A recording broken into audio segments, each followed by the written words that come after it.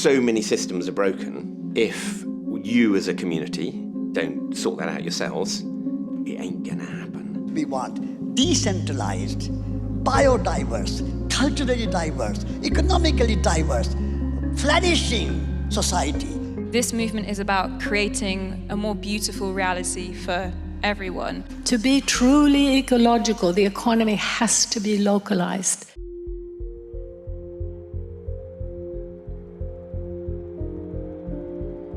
Humanity is at a crossroads.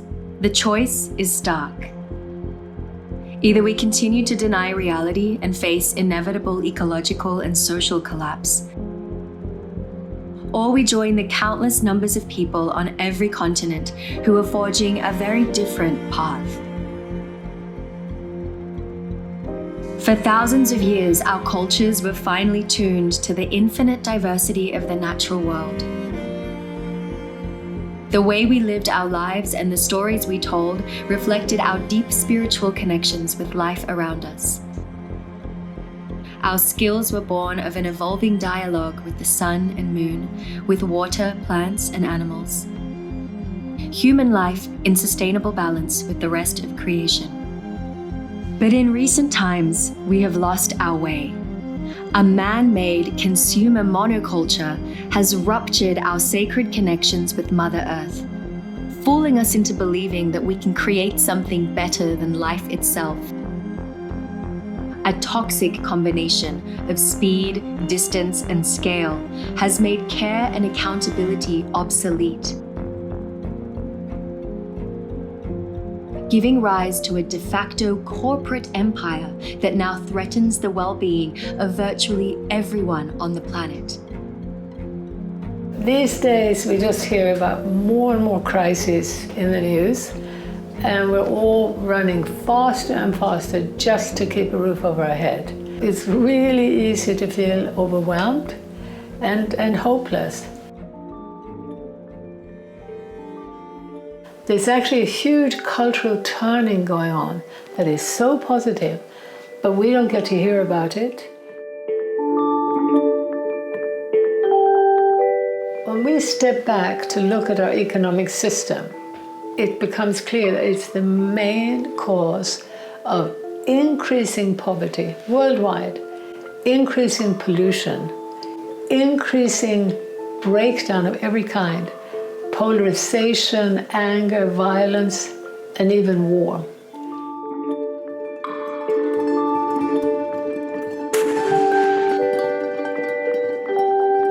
And we need to look at the fact that from the outset, the modern economy was actually created by global traders.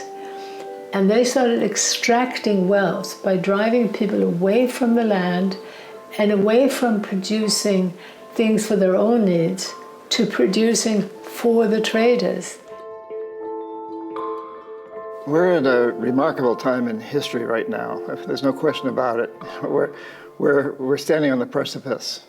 And the precipice is one that's caused by people like me when I was an economist. I was chief economist, but really as an economic hitman. And my job was to convince countries with resources our corporations coveted to basically turn those resources over to us. And we did this through debt, we did this through loans, we did this through building infrastructure. The World Bank and the IMF were set up near the end of World War II to rebuild the economies of Europe. Later they began offering loans to poor countries, but only if they privatized their economies and allowed Western corporations free access to their raw materials and markets.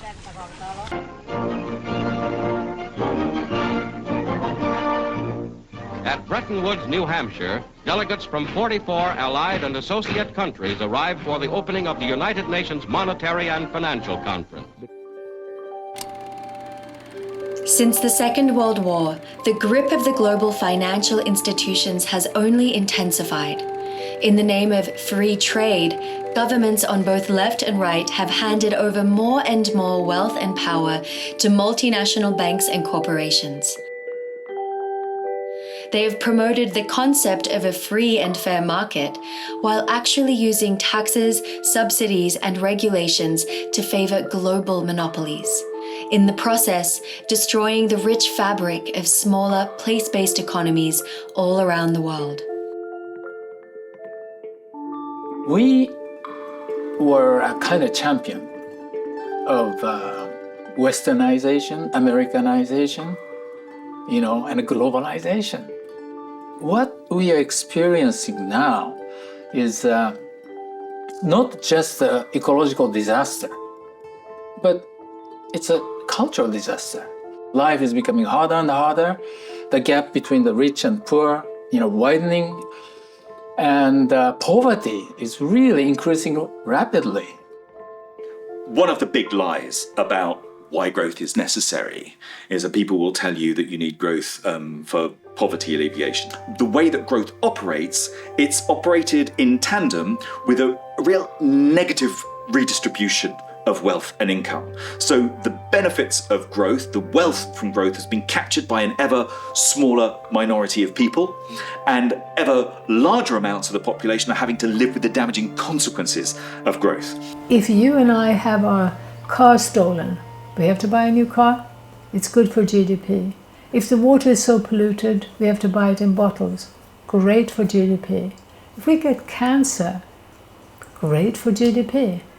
If we plant a garden and eat healthy food and stay healthy, that's bad for GDP.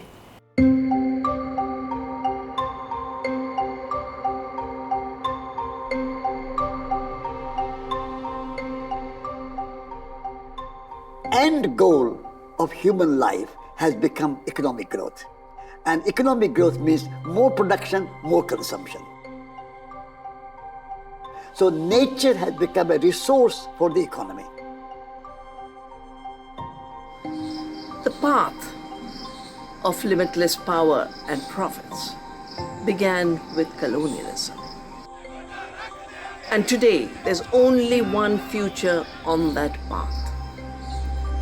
That future is extinction. That future is collapse of the Earth systems, collapse of societies, collapse of relationships. A huge problem are our free trade agreements.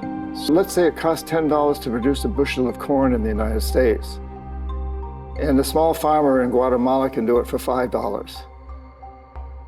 But so the small farmer has to sell it for $6 to make any profit, and the American corporation is making it for $10, but getting a subsidy of $6, so they can sell it for $5 and still make $1 profit in Guatemala. And so the Guatemalan farmer can't compete, even though he's producing it much cheaper, because the United States has subsidies which are allowed under these free trade agreements. Tariffs are not allowed. So Guatemala can impose tariffs, and they're not a wealthy enough country to subsidize their farmers. So the poor farmer, the campesino, the small farmer, goes out of business. And what does he do? He has a couple of choices. He can go to work for a big American sweatshop, or migrate to the United States. And it's not just the small farmer. If the small farmer goes out of business, the local markets go out of business, the local shops go out of business, everything that supports the farmer and everything that he sells to, it's a spiraling thing. Spain is the main producer of oranges in the world. And last year, in Spain, we consume more oranges coming from South Africa. Spanish oranges are coming to the UK, are going to Germany, are going to Norway, and South African oranges are coming to Spain. This is not a consequence of any natural law. This is a consequence of all the international global policies, trade agreements. It's a nonsense, because if we try to stop climate change, if we try to get equality, this is something that shouldn't happen. Today, the ingredients in an average meal travel 1,500 miles from farm to plate. In fact, nearly everything we consume traverses the world.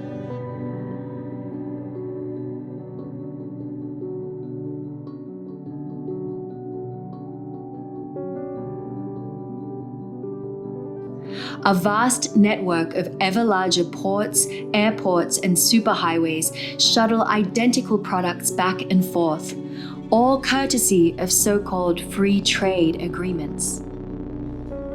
Agreements such as NAFTA and GATT gave rise to the dangerously volatile mix of a deregulated global financial market and digital technology. All the international maritime and air transportation, the emissions from this are not accounted by any country. Just think of all those vessels with all kinds of commodities from China to everywhere, from mining, with soy, with oil, with liquefied gas. Those emissions are nobody's emission, because one of the key assumptions of the climate policy is that you cannot harm trade. Governments are handcuffed, but they actually handcuff themselves by signing these treaties, as they said, that allows corporations to sue a government if the government passes a law that could, not even does, but could reduce profits. Worst of all, what court does it go to? It's a corporate court, right? It's not just a regular court of law. So the idea that you are, as a government, whose obligation should be to protect the health and the environment of your country and your people, are signing away your right to do so. Surely this can't be the case.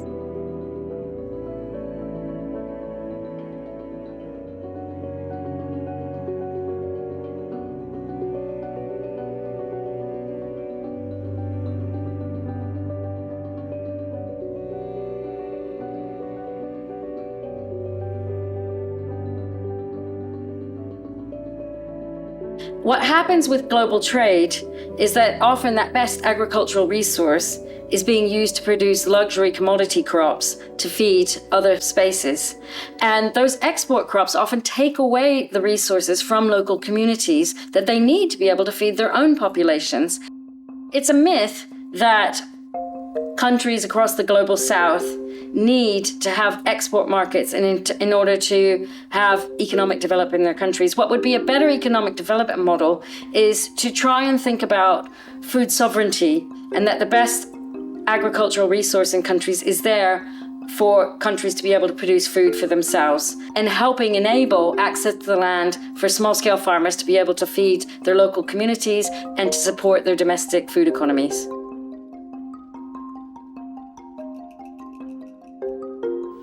And in Africa, we have stood up with our 2 feet to defend our food systems, which we believe is right now is under threat by the green revolution in Africa, which is being driven by the corporates, which actually do not feed the majority of us.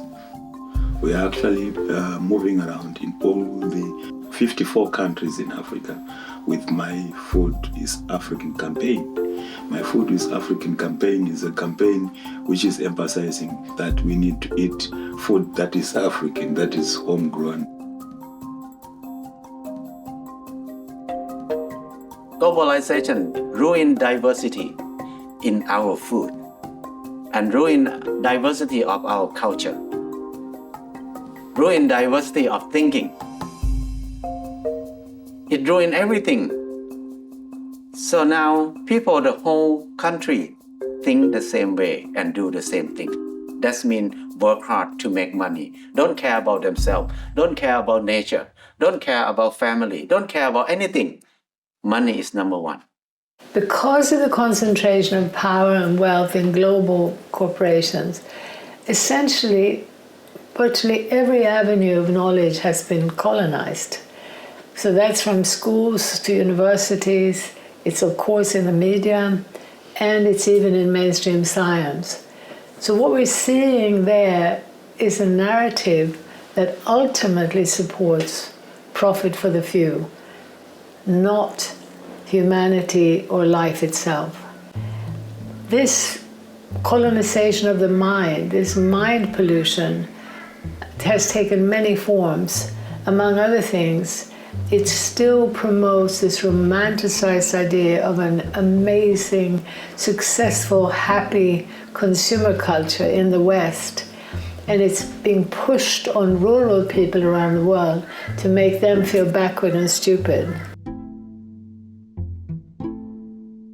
Right, I'd climbed all the towers that were promised to be highways to heaven, and they didn't lead to anywhere promising. And it was from those heights I started to notice the losses I had experienced, but couldn't even name at that point. See, to be educated where I come from is to be educated out of context. It's to be teased away from contextuality. It's to be decontextualized. So there was hardly any awareness of my language, my stories, the stories of my people. There's a saying, the white teacher who brought the pencil also brought the eraser. And so what's being erased? So we're told, as I said, our grandparents don't exist anymore. We're told that our territories, our lands don't matter. We're told that our hands and our bodies don't matter. We're told that our ancestors don't matter. The dominant education system is designed to destroy our connection to self and to place and to community. Education has just created me as a part of the system, like an agent for the system, and hasn't taught me social innovation and how to change the system and make the system better, or it just shows you how to maintain something that creates privilege for few. I think we are waking up when we start working and we see that our work is not making any difference in the world. Like if I was working in marketing and creating advertisements for big companies, and I was like, why am I doing that? Why am I using my life to make more money for people who are already billionaires? We are dehumanized, basically, without knowing it, without seeing it, because it is the way we grow up.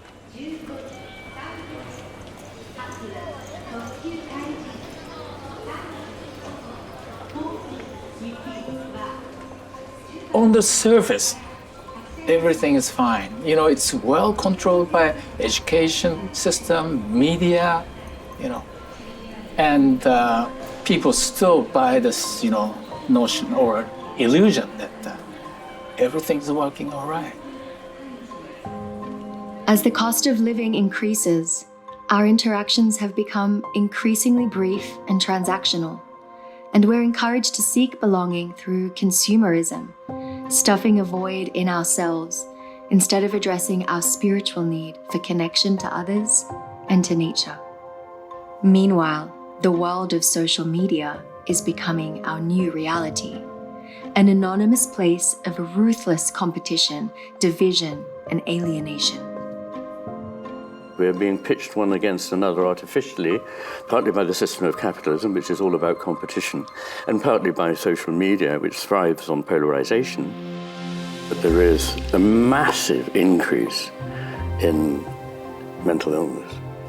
Very few people feel grounded and happy with their lives now. And this is not surprising, because there are three things that give meaning and fulfillment to human life, above all. One is belonging to a stable, secure community in which you feel you belong, where you know you can trust, where you share values, where you can open your doors to people and share your lives with them. The second is the relationship with the natural world. And I think the third one is the relationship with the divine. We're going through this spiritual crisis. Our children are harming themselves, or isolating themselves. They kill themselves, In my world, this pandemic of depression and increasing suicide rates among young people globally is almost like an expected outcome of the global economy and the fragmentation that we're experiencing within psychiatry and within mental health. There's been almost like an effort to isolate this problem from the meta-crisis and almost kind of put the blame back on the individual and say, what's wrong with you? And then how can we fix you? We are told that our struggles are solely our own, that we are individually responsible not only for our own problems, but also for the problems of the world. But the reality is that the multiple crises we face are systemic. climate change, the breakdown of democracy, our own depression and anxiety can all be traced back to the same root cause: an economy almost wholly divorced from the living world. Localization is about moving in exactly the opposite direction of the globalizing path. It's a process of rebuilding the systems of human interdependence and community, and our interdependence with the living world on which we depend. It's about creating more accountable, more visible systems so that we're not trapped in a world where we can't even see the impact we have on other people or on the natural world. It's a coming home to the way that we evolved. For most of our time on this planet, that's how we lived. And it meant that young and old were deeply connected, were supporting each other through their entire life. It meant that we knew that we belonged, we knew who we were, because our identities were shaped by those relationships. In the absolute heart of darkness of this crisis of meaning that defines our civilization, there is a different path that is starting to emerge. And that's why I think that even though consumerism seems to have us in such a tight grip, actually that grip may be a lot more fragile than it seems. What if we could turn to our neighborhoods? What if we could have and develop and cultivate intelligences that are immediate and intimate? What if we didn't have to depend on Coca-Cola or some other giant corporate formation in order to have bread or to have drink or to make merry or to meet ourselves for the first time? There is this deep yearning, the deep longing for connection to community, to come out of our isolated homes into a place where we feel like we belong. If we go further back into understanding how to be in the flow of the cycles of time, the natural cycles of nature, then we may have true progress as opposed to this artificial progress, which is progress towards destruction. If enough of us actually feel into these values we're talking about of deep connectedness, and in addition to really orienting our own lives towards doing what we know is needed, like locally and together and in our communities, also making bridges, looking at what others are doing around us and amplifying the work of others. So as a coherent, cohesive global network of change, we might develop enough power to make that transformation happen in time. Well, I mean, what is localization really about? It's about increasing the density and the complexity and the richness of local connections, with people and places and beings, plants, animals, water, air, like all of the things that create a place. We all need to be rooted in a place. So our economy has to be rooted in a place.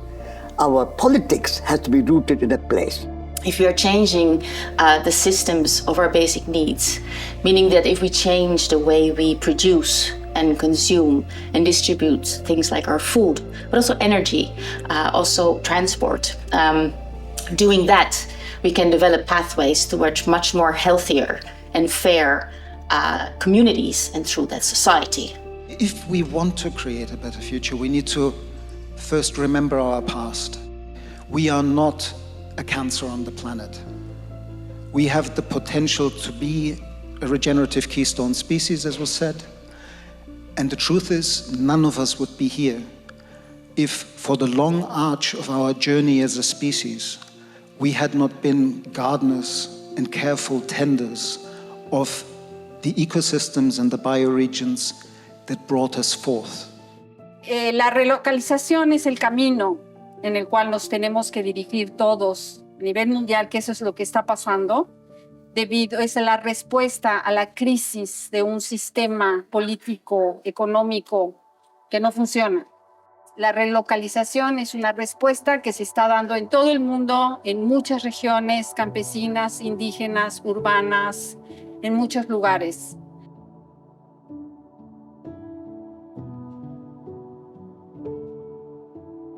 Localization isn't about withdrawing from the world or only being concerned about our own needs. On the contrary, it's about genuine democracy, prosperity and well-being for the entire global population.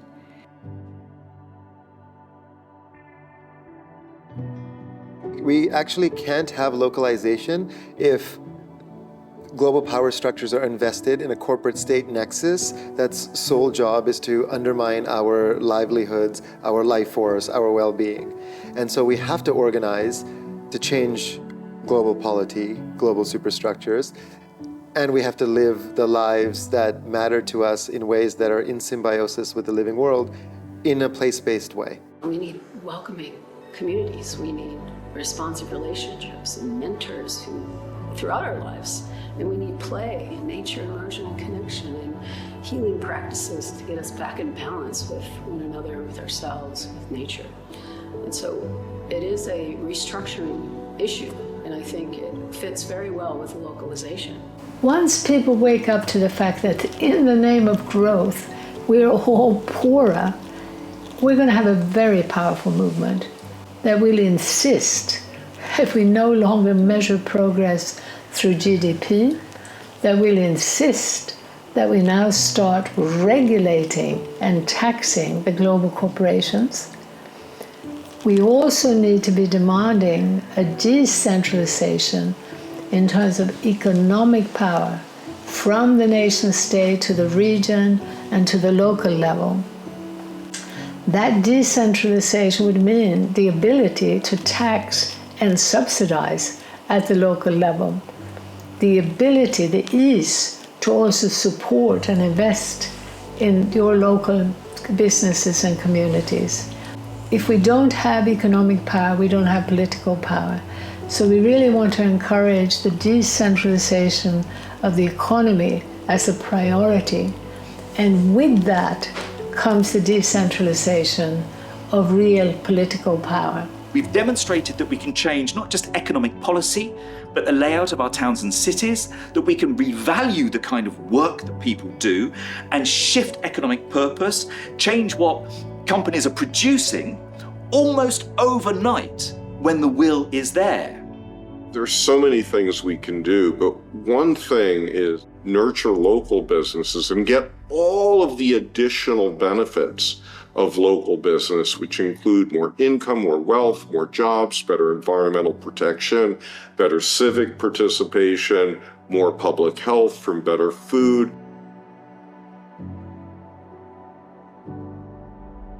Wherever you go, it can be in a small city, little town, village, big neighborhood, everywhere you can find alternatives happening. Or it can be something small, it can be something bigger, but there's always people trying to transform the place where they live. For me, that's something powerful. That's something that often when you are in your own little project, you feel lonely, you feel alone. And I think it's very important to understand that we are many. There is so much happening. Everywhere you go, there is so much happening. You never read those stories in the papers, you never see them on TV, but they're all out there. We need to start modeling the changes that we need to see at the community scale, at the local level.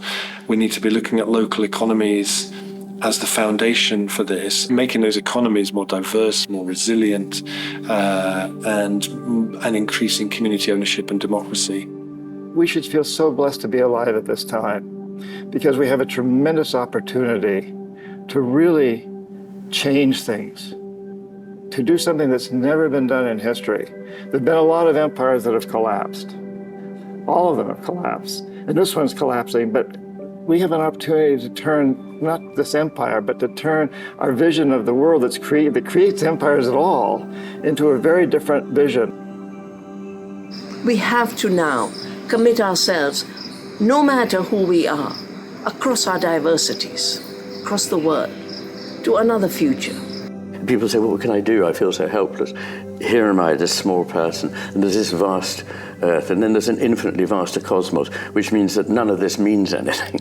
In fact, if you see with a different eye, you see not only that it does very much mean something and that we're connected to it, but also that our role is not so insignificant. We still have a lot of wealth real wealth is still existing in us. And I think that's what the localization movement is trying to remind us of, is we're not poor, backwards, stupid, alone like the dominant system would like us to think we are. We still have a lot of power. We humans need to be mirrored, and we need to have other people who live by example, who can provide this experience. And that's why this localization movement is so extremely important at this time point, especially to provide, living examples of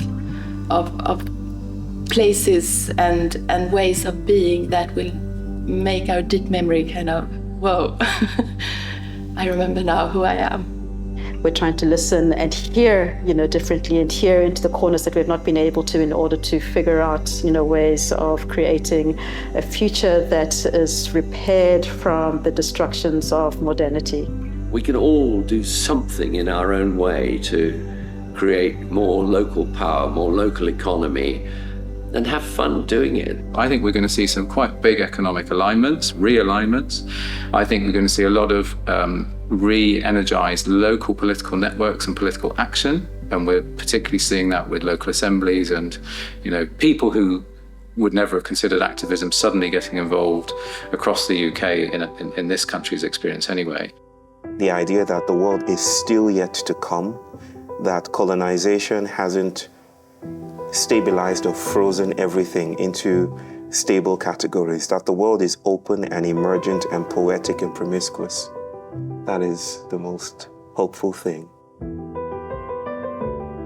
Through community initiatives and deeper dialogue globally, a movement is emerging that has the potential to shape the future we want. One in which business and technology serve the needs of the many, rather than the profits of the few.